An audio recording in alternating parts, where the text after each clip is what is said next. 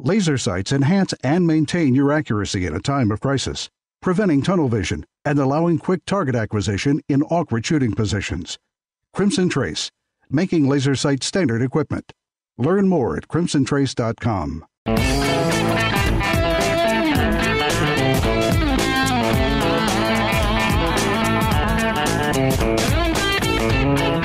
Tom has given the crew of Gun Talk the holiday off to spend with their family. Sit back and enjoy a reloaded version of a previously broadcast Gun Talk.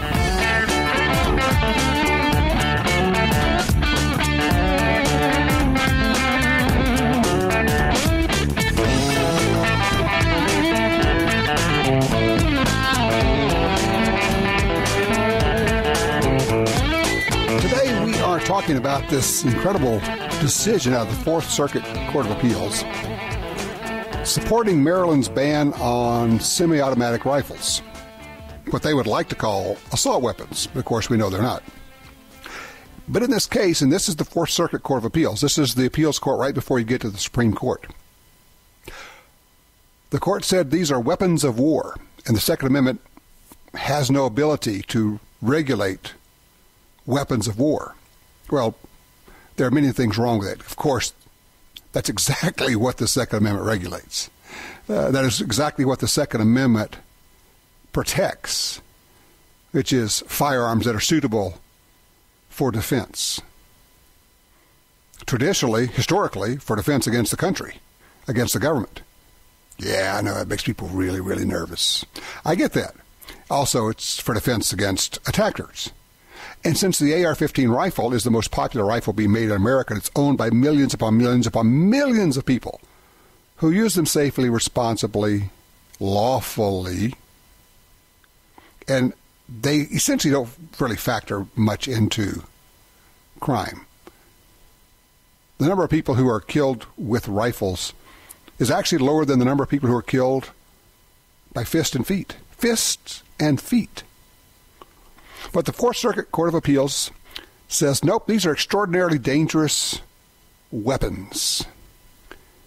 And they also said, and this is where your head starts spinning around, the difference between a semi-auto and a full auto is slight. Beg your pardon? Well, for years and years, that's been the difference between legal and non-legal. If you don't have the paperwork on your full automatic gun. Hardly slight. Huh. So, how did we get to this point? Well, I would say that one of the ways we got to this point was the dishonesty of the media for the last 30 years of telling people that semi-automatic means full automatic. Of CNN, every time they talked about the 1994 Clinton gun ban, the so-called assault weapons ban, and they talked about semi-autos, they showed video of full auto. And they did it thousands of times, and they knew the difference, and they knew they were wrong, and it was pointed out to them over and over again. And they made up quotes.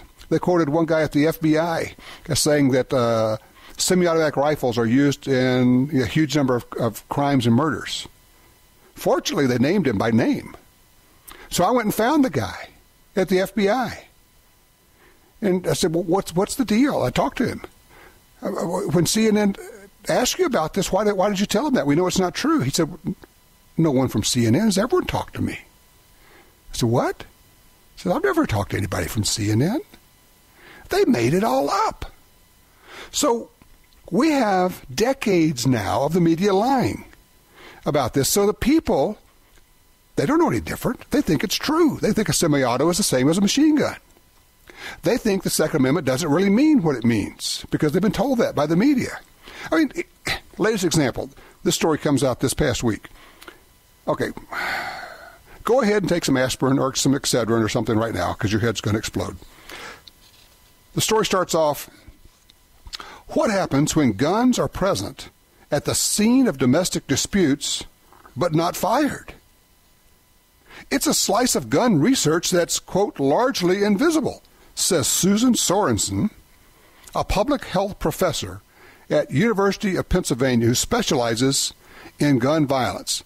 Let me go over that again. What they want to study is the role of guns that are not fired. In domestic violence, when a gun is not used, what's the role of the gun? I'm sorry? What? If a gun is present but it's not used, this is something we need to study. And the media reports this without laughing at it. It is truly a case of the public has been lied to so often they actually believe this stuff. And that seeps into the courts because they're reading this stuff over and over in the New York Times and the Washington Post and hearing it on CNN and watching these bogus, fake, phony, made-up lies over and over again. And so eventually what they know to be true are things that simply are not true.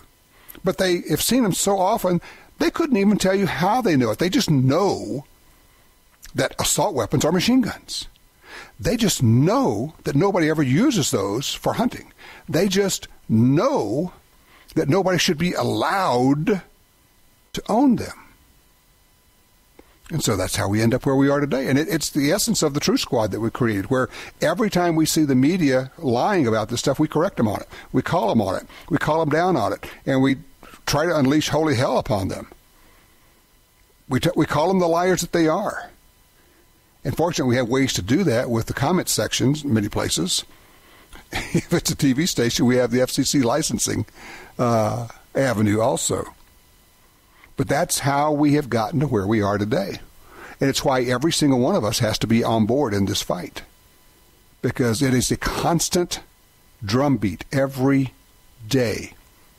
What's the role of guns that are not fired in domestic violence? There is no role. Are you kidding me?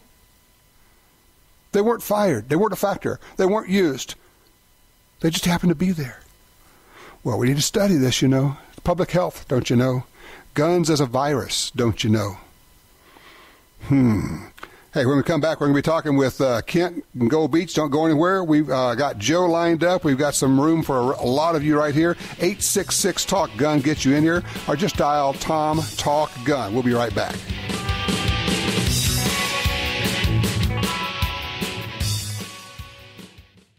Face it, sometimes more is better. That's the idea behind the double-stack, full-capacity pistols from Springfield Armory. From the groundbreaking XD to the ergonomic XDM to the latest refinements in the XD Mod 2 series, you can get subcompact, midsize, and full-size pistols in 9, 40, and 45. Carry, target, or tactical models.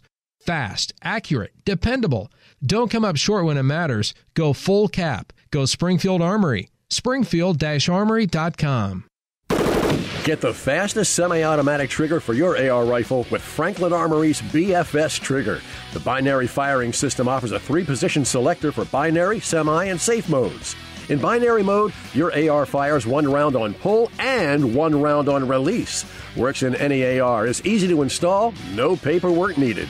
100% U.S.-made, patent pending. The BFS trigger from Franklin Armory. At a dealer near you or at franklinarmory.com. You got your carry permit, and that's good. But you know you could use more training. Get the DVDs, which have what you need. Springfield Armory presents Concealed Carry 1 and Concealed Carry 2 with Bata Group. Learn specific concealed carry skills from Top Gun fighting trainers. Get trained. Be prepared. This really is life and death. ShopGunTalk.com. That's ShopGunTalk.com.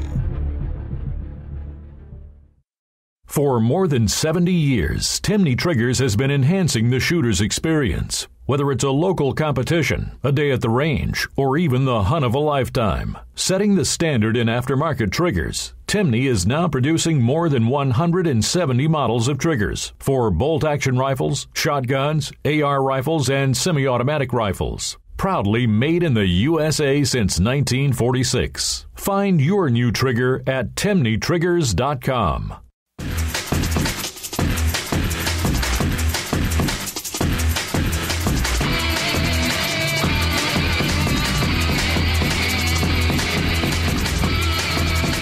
Oh, by the way, we were talking earlier about what do you do with your guns when you're going to be out in the really, really cold or snowy conditions. And I was mentioning taping over the barrel of your rifle when you're hunting if you're in the snow, because you can very, very easily get snow up the barrel of your gun, your muzzle, without knowing about it.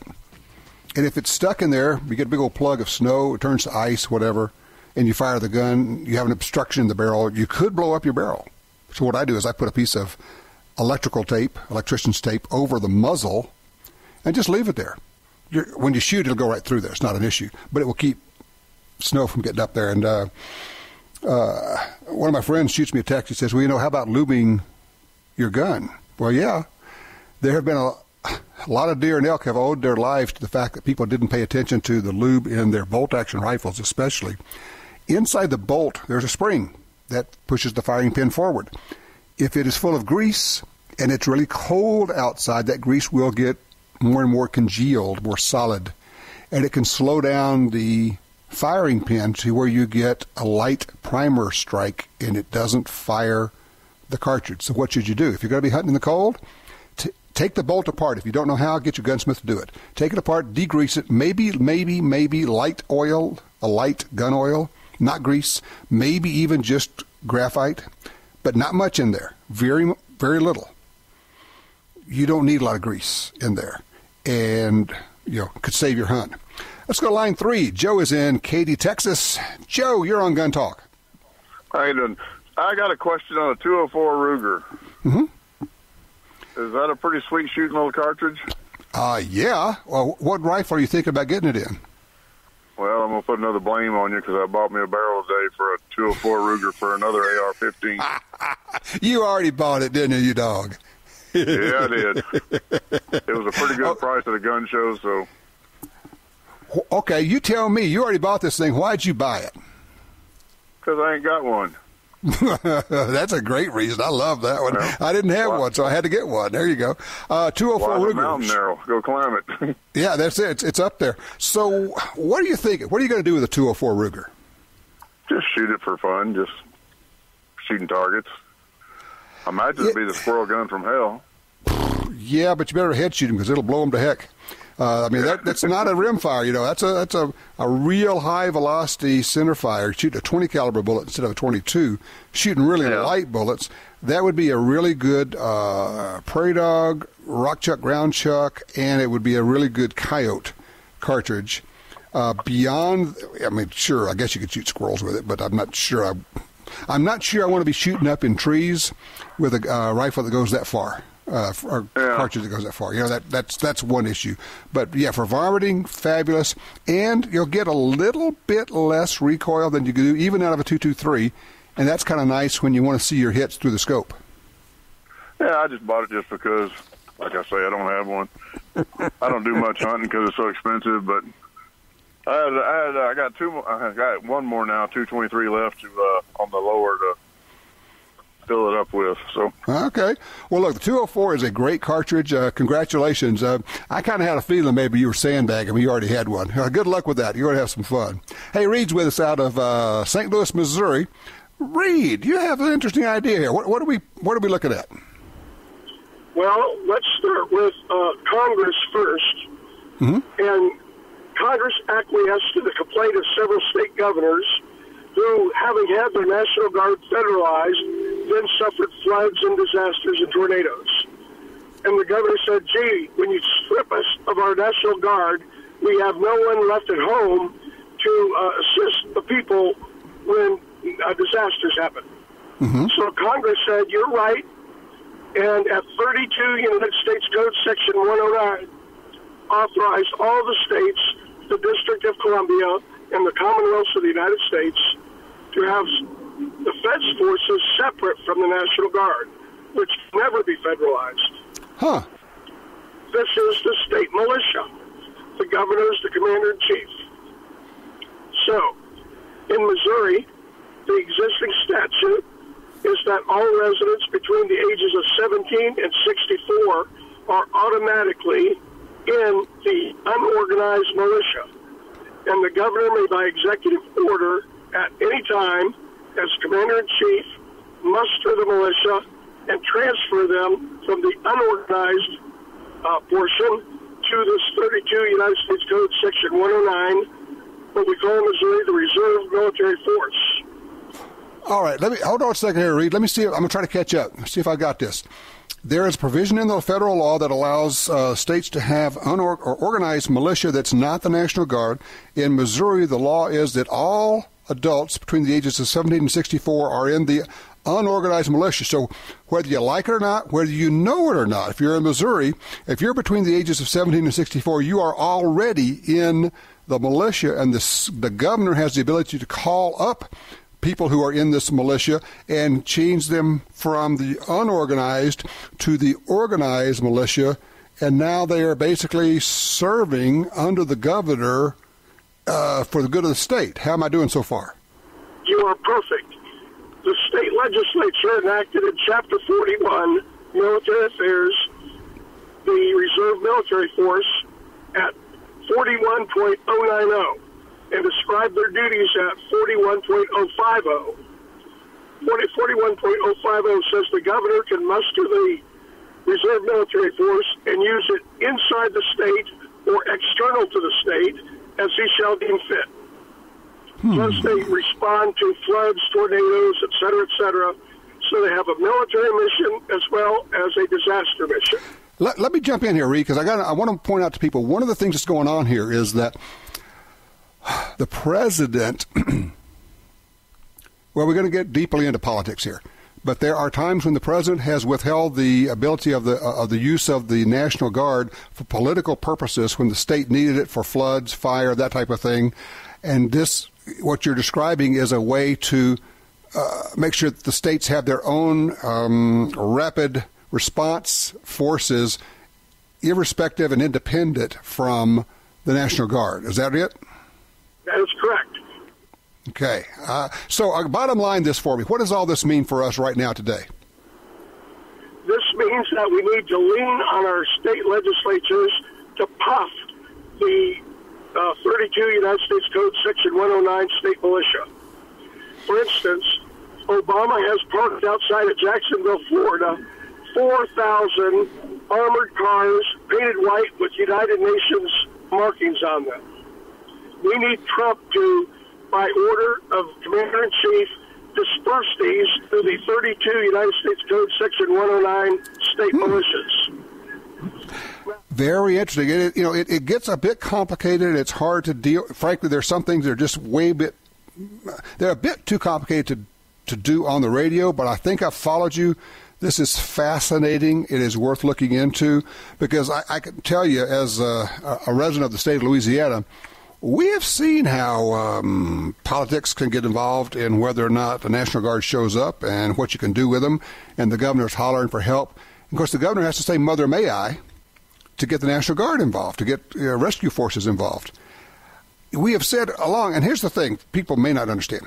All along, everybody, at least the way the law is written federally, every able-bodied man between the ages of, I think it's 17 and it was 34 originally, was automatically in the militia, and that goes back 200 years. So for those who say, well, the militia this, the militia that, no, sorry, you're in the militia. What? Yeah, you just didn't know it. Here's an interesting one. Remember in Chicago, where they lost the Ezel case, where they said that Chicago said, well, yeah, okay, you beat us on the McDonald case, you beat us on these other cases, and now we can't ban guns, but we're going to require you to have training before you can have a gun. Oh, but by the way, we're going to ban shooting ranges. So now you can't get the training you need to be able to get the gun. Oh, yeah. Well, we shut that down. Went to court. We won that one. There's a little place in New Jersey, Ramsey. It's I guess the borough of Ramsey. It's decided that it's going to ban shooting ranges. There's somebody who wants to come in and build a 60,000 square foot shooting range, 67 lanes, and the city council is going, nope. We're going to ban. You know what? Here's the deal. Keep and bear arms. Part of that is being able to use them. You can't ban shooting ranges. We've already gone down that road. They're looking at massively protracted and expensive legal bills that they will lose. And further, because it's civil rights, they will have to pay the legal fees of the people who sue them.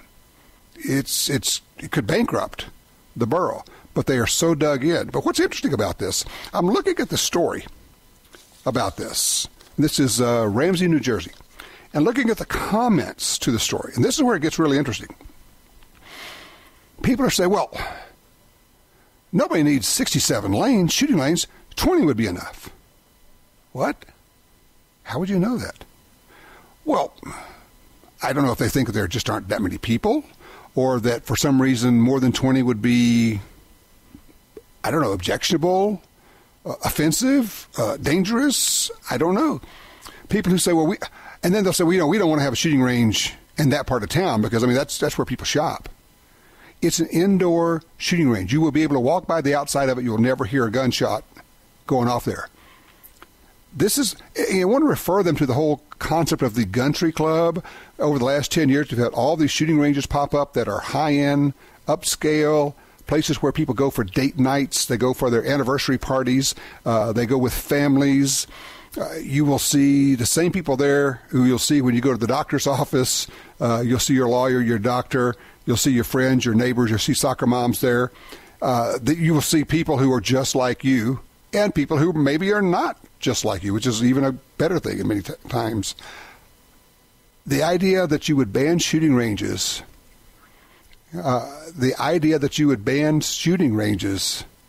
is just wrong. And frankly, it's illegal. So there you go.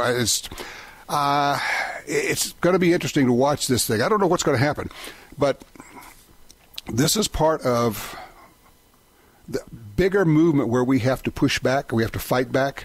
And when you get a little borough like this, you simply say, no, I'm sorry, you don't get to do that. Yes, I will sue you. And this is where you need, by the way, you don't want to do this on your own, just to strike out and do this. You need the help of a good attorney who understands this. And you need a civil rights attorney who understands the law on this. And when Alan Gura is explaining this to me, he says, look, this is civil rights litigation. And there are certain rules here, and there are certain ways you do that. And if you do it right, you win, and you win big, and they have to pay your expenses. But sometimes some of our guys just jump up and go, yeah, we'll challenge that. I got, my buddy over here is a lawyer. Maybe not such a good idea. Because what you don't want to do is challenge it and lose and set that precedent. But we have to challenge these every time they pop up, and they're popping up everywhere. That's why each of you has to be a soldier on the front of this great battle to protect our Second Amendment rights. 866-TALK-GUN.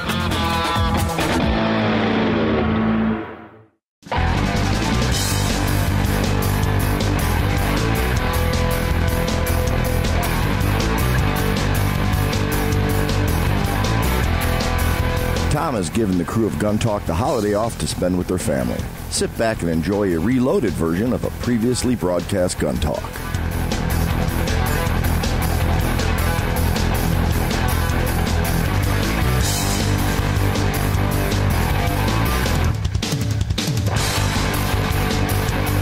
Back with the 866-TALK-GUN, get you in.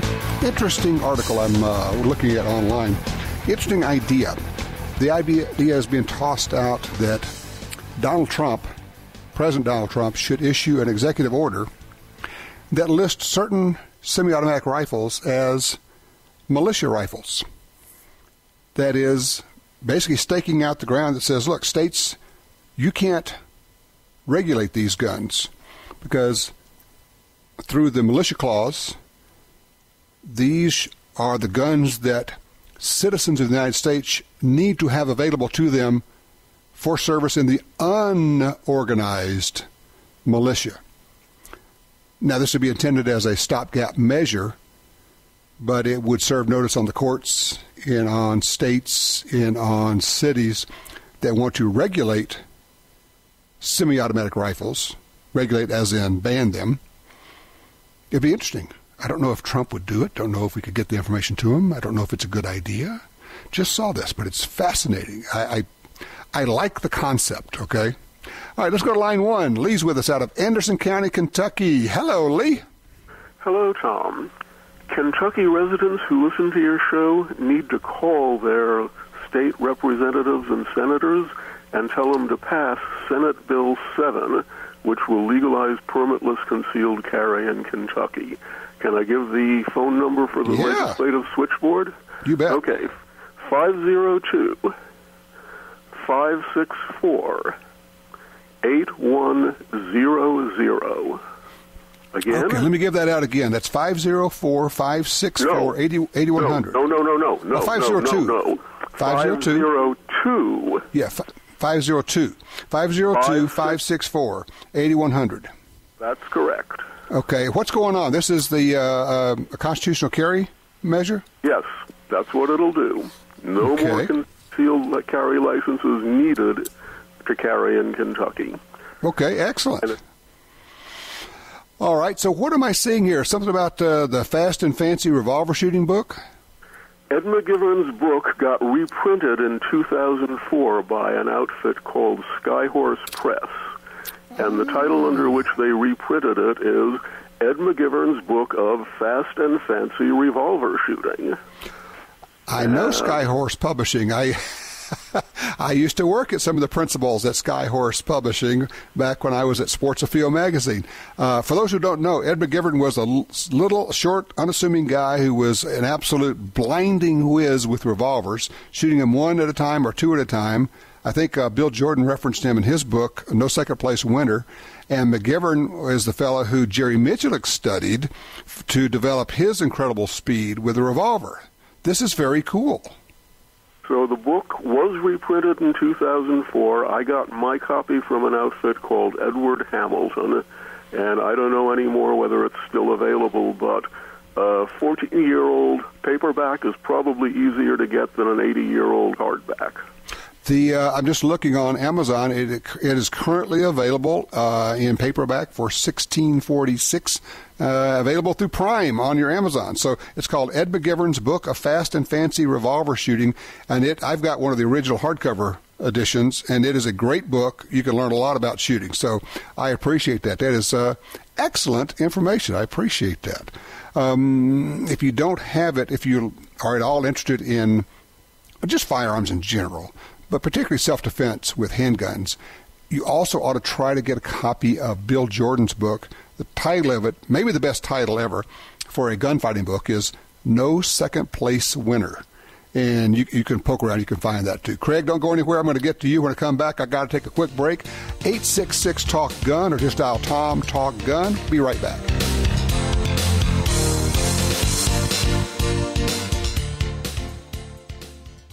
In the war on terror, fighting crime in the streets, in competition and homes around the world, one name in firearms stands out: Sig Sauer. Our pistols and rifles are renowned for their unfailing performance. This same commitment to excellence can be found in our line of SigTac accessories and the training offered by the Sig Sauer Academy. For unmatched quality, reliability, and innovation when it counts, choose Sig Sauer. Visit SigSauer.com today. Your guns are hungry. They crave lead, feast on recoil, and are ravenous for performance. On the menu, Aguila Ammunition's complete line of rimfire, centerfire, and shot shells. Each and every round of Aguila Ammunition is made with the highest quality of materials and crafted to ensure optimal reliability, accuracy, and proficiency. Visit AguilaAmmo.com and let the feeding frenzy begin. Aguila Ammunition. Feed your firearm. Hi, this is Tom Gresham from Gun Talk. America is losing critical wildlife habitat at a rate of one football field every hour. It's happening on the Louisiana coast, but it's critical to all sportsmen and conservationists. These precious wetlands provide winter habitat for more than 10 million ducks and geese annually, waterfowl that migrate north through dozens of states. Don't shrug it off. Get involved. You can help. Visit vanishingparadise.org. Slim, concealable, and now in .45 auto. The Smith & Wesson M&P Shield pistol gives you all-day comfort and confidence. Its reliable performance and easy operation make the lightweight, striker-fired M&P 45 Shield pistol the perfect choice for personal protection. Power and performance you need from the brand you trust. The M&P 45 Shield pistol from Smith & Wesson. Go to smith-wesson.com. That's smith-wesson.com.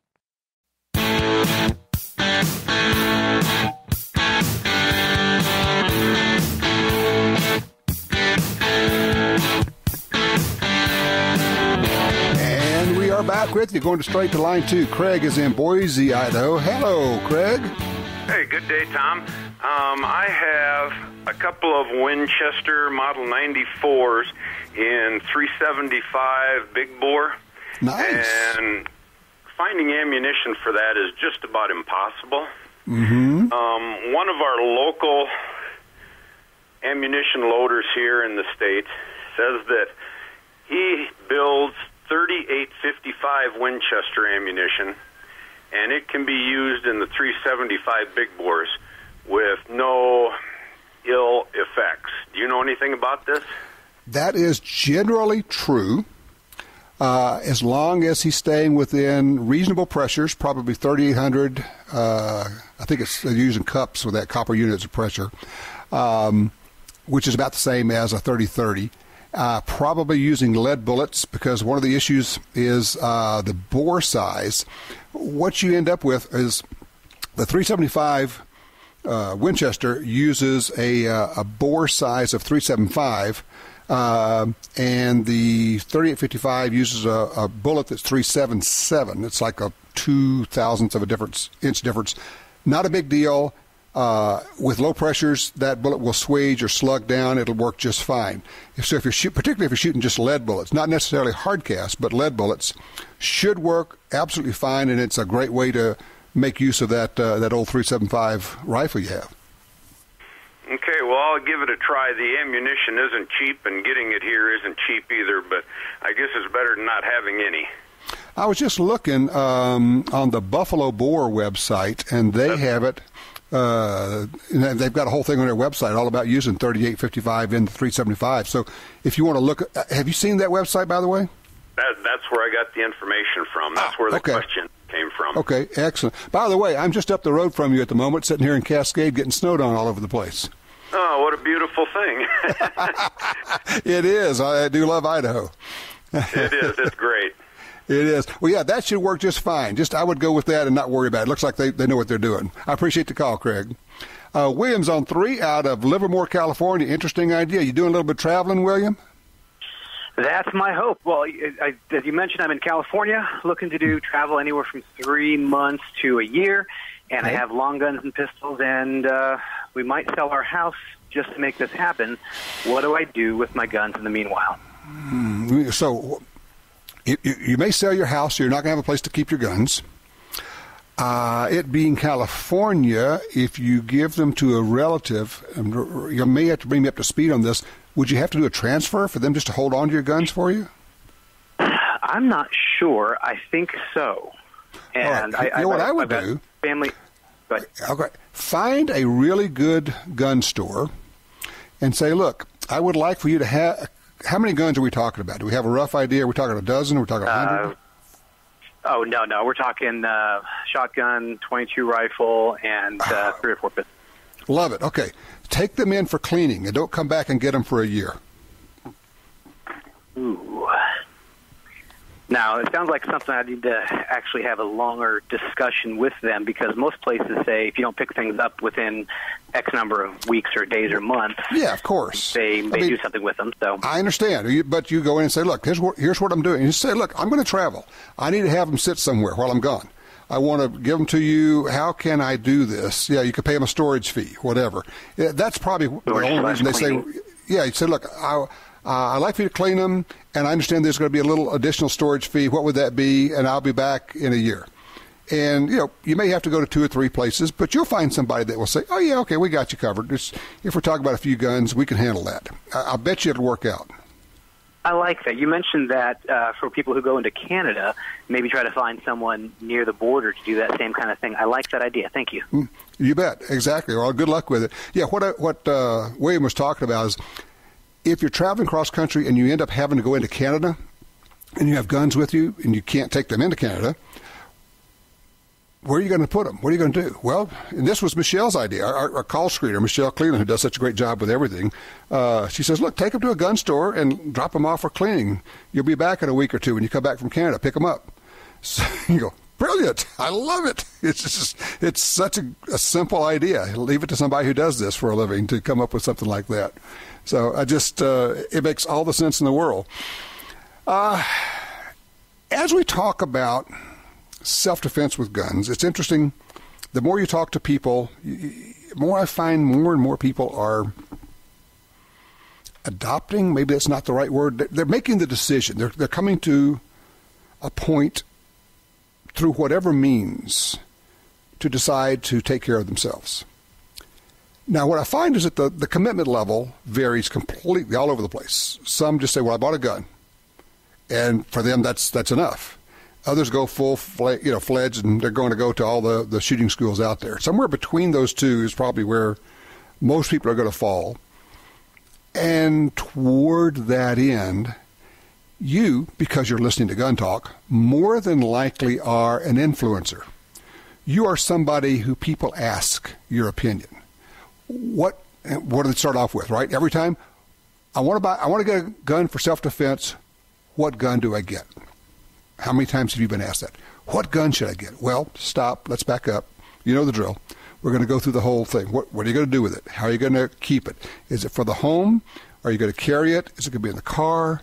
Well, and then you get the pushback. Well, I'm probably not going to carry it. Okay. Low level of commitment. Got it. Okay, but if it's for the home, that's fine. Then we can start talking about that.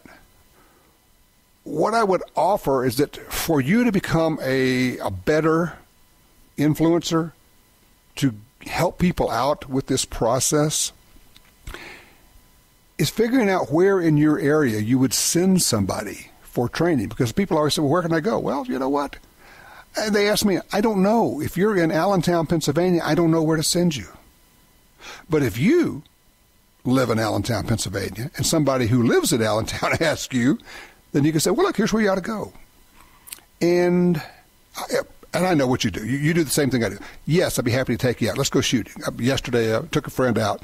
He was reluctant to shoot his little airweight Smith & Wesson with heavy loads. Yeah, who isn't? That only shows that you've got some brains, because after you shot a cylinder full of those, it's just not fun anymore. Here, I use the analogy, you've heard me say it, of a cherry bomb going off in your hand. It's just not fun. And then you say, well, I can't hit anything with this. Yeah, well, they are harder to shoot well, short barrel, double action trigger pull. But if you're getting beat up and it hurts every time you pull the trigger, pretty soon you're not really paying much attention to the whole hitting things. You just anticipate getting hurt. So try to get them into a gun that doesn't hurt them, and then try to get them into some training somewhere, a good place. And you as the influencer should have 2 or 3 critical pieces of information at hand any time somebody brings it up. And let me give you a phrase. Rather than saying, well, you need to do this. People may or may not respond well to that. And I'm probably more guilty than anybody. I tend to do that. But try doing this. Start off with, well, have you considered? That's a pretty good phrase to use. Have you considered that you might want to get some training? And that opens the door, okay? Just something there. Let's talk to Bob on line 2 in Kentucky. Or I think it's Kentucky. Hey, Bob. Hello, sir. How are you? I wasn't expecting to talk to you. I called and spoke to the lady there, and I was at Sportsman's Warehouse this afternoon, and there was a young lady behind the counter. I was buying some AR stuff, and she was wearing a Gun Talk hat. I know that lady. Yes, we gave her that hat. Yes. you want one of our hats? I'll tell you what we're going to do, Bob. I'm going to give you a hat. If you'll just stay on the line, Michelle, get Bob's information. We'll get the address. We'll send him a Gun Talk hat. If anybody else wants a Gun Talk hat, you can get them at our website, shopguntalk.com. That's shopguntalk.com. Yeah, Bob, we're happy to send you a hat. That's very cool. Yes, this young lady is a real advocate of Gun Talk, and she wears a Gun Talk hat while she's working behind the gun counter at the Sportsman's Warehouse. Very cool. So that's pretty neat. I forget to mention that we have all sorts of cool stuff at the Shop Gun Talk website. We have DVDs, concealed carry, how to use a 1911, a lot of other things. Check it out, shopguntalk.com.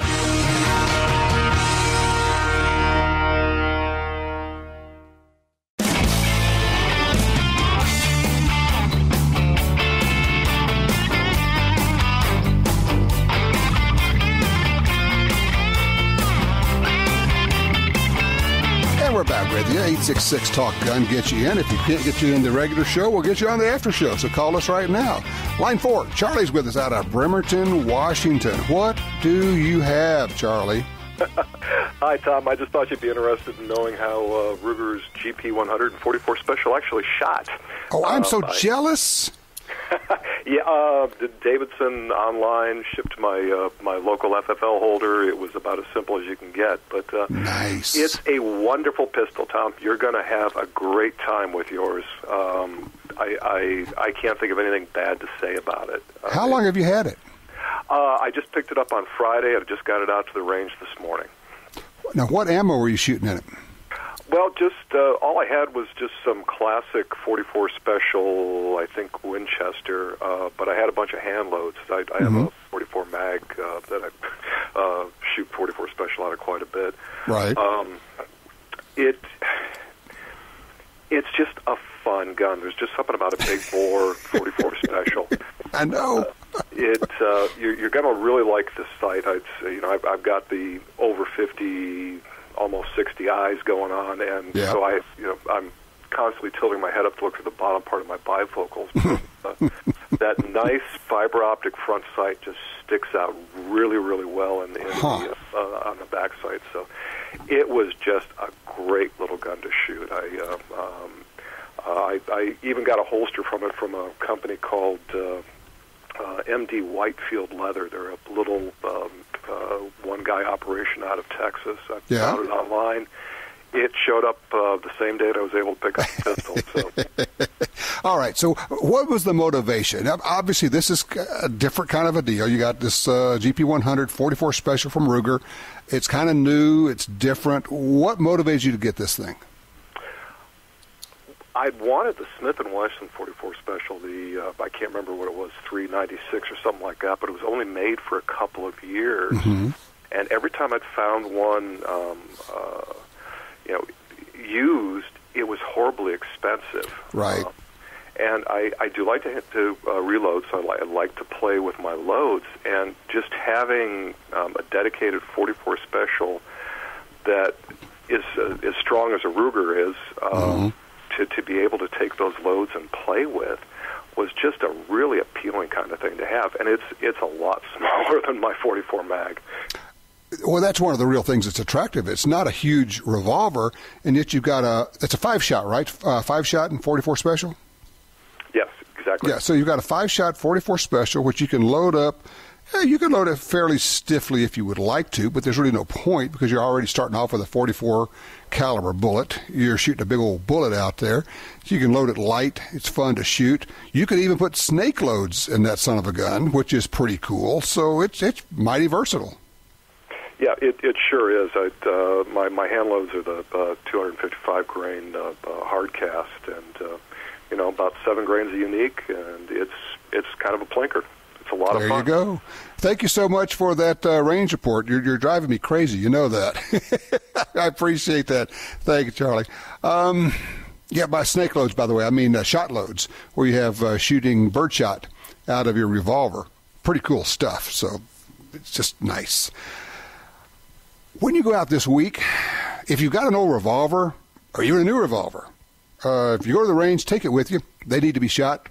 I have decided this is the year of the revolver. Doesn't mean we're not going to be all over a bunch of semi-autos and everything else that are out there, but just I think it's a good time for us to explore the analog version of shooting, if you will. As we said, we call it a revolver is a Jeep with a stick shift. Just pure fun to go out and run. Take somebody out there with you. Have some fun. If you are able to get in, you want to call me right now. We'll get you on the after show, 866-TALK-GUN. Be sure to check out the after show. Easiest way is with your Gun Dealio free smartphone app for your smartphone. You can listen to it that way. In the meantime, watch your six. Take care of your family. Be careful out there.